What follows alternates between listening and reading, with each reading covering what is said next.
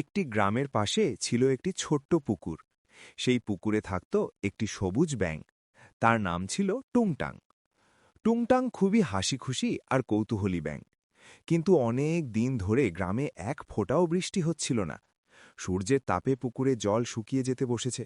জল কমে যাওয়ায় টুংটাং খুব চিন্তায় পড়ে গেল। প্রতিদিন সকালে টুংটাং পুকুরের ধারে বসে আকাশের দিকে তাকিয়ে থাকত।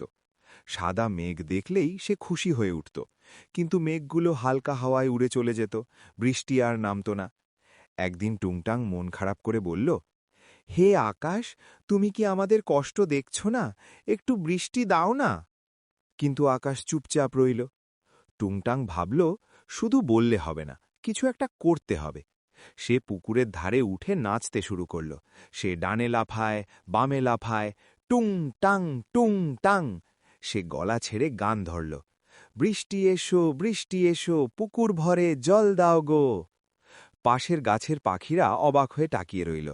এক কাঠবিড়ালি হেসে বলল, ব্যাঙ দাদার নাচলে কি বৃষ্টি আসে? টুংটাং হাসি মুখে বলল, চেষ্টা করলে ক্ষতি কি? হঠাৎ আকাশে ঠান্ডা হাওয়া বইতে শুরু করল।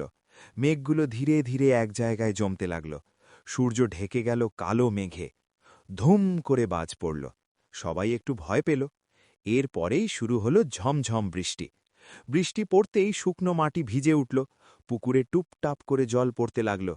টুংটাং আনন্দে লাফাতে লাগল। সে বলল, এই তো, এই তো আমার বৃষ্টি। পুকুর ধীরে ধীরে ভরে উঠল। মাছেরা খুশিতে সাঁতার কাটতে লাগল। কচ্ছপ মাথা বের করে হাসল। গাছগুলো নতুন পাতায় সবুজ হয়ে উঠল। পুরো প্রকৃতি যেন নতুন প্রাণ পেল। বৃষ্টি থামার পর আকাশ পরিষ্কার হল। রোদ উঠল, কিন্তু আগের মতো গরম নয়। ঠান্ডা আর আরামদায়ক লাগছিল। টুংটাং পুকুরের জলে ঝাঁপ দিয়ে বলল, বৃষ্টি শুধু জল দেয় না, সে আনন্দও দেয়। সেই দিন থেকে টুংটাং সবাইকে শেখাল, প্রকৃতিকে ভালোবাসলে প্রকৃতিও আমাদের ভালোবাসে।